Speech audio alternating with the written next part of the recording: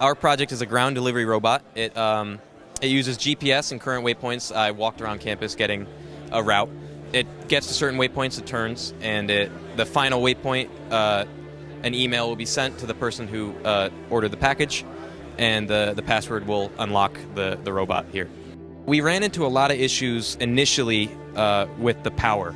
So the motor, we didn't know anything about these motors, nothing online, so we didn't know how much power to put into them, how much current. We also ran into a lot of problems with the GPS. I spent maybe 3 months this semester trying to figure out how the GPS worked. For me, software was something that was out of my comfort zone, and so it was a lot about trying to figure things out. So for the app, I would spend hours trying to debug it. It's helpful to split up these tasks. If this was a one-person project, there's absolutely no way anything would get done. So personally, I worked on mainly the main code, making it move. Another computer engineering major, Sanjay, he worked on the app and the other back-end stuff. So we split up tasks like that, and we had a very limited time frame. So if we didn't have a group, it would be a disaster. I learned a lot about the time management and realizing that you're not going to get everything done the first time you try it. The main lesson is you have to plan for a problem to occur, and we learned that very quickly.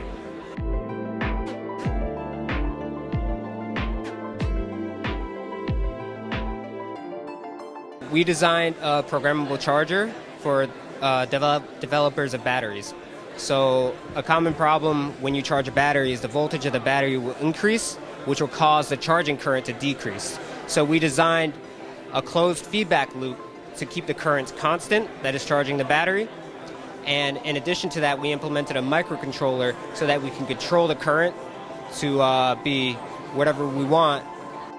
So I basically programmed the microcontroller, and I did another thing with the PCB, which is the printed circuit board.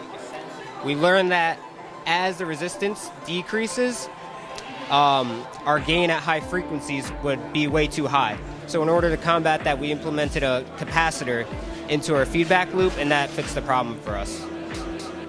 Having 5 different minds come together really helps a lot because everyone thinks differently.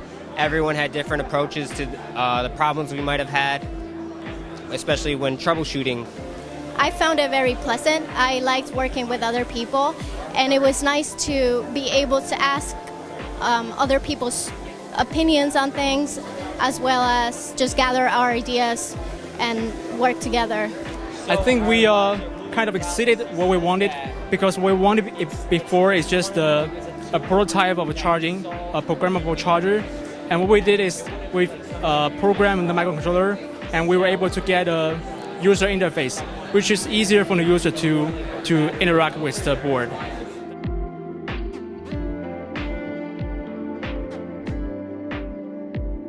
What we did is we took on the task of creating a quadcopter drone, and we had to create the design and implementation of a drone from scratch. So we started out with nothing, and what I did was, as the electrical engineer for the group, I went through the part of the power management controls and for all of our voltage and current calculations. We actually had 2 severe challenges, and we were tasked with keeping the budget at around 200, and we almost succeeded in that aspect.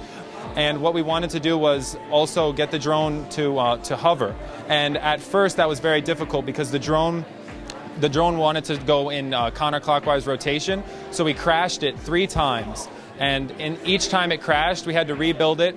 All of our 3D components broke.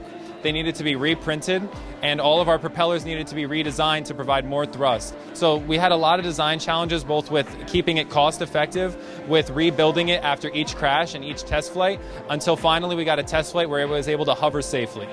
I learned a lot about analog outputs and making sure there's not decreasing noise, making sure that the gyroscope is reading properly. So what I personally learned was I increased my soldering skills greatly because I had to connect a lot of pins, and that was a difficult task, as well as also doing power calculations to determine what battery was required for the drone.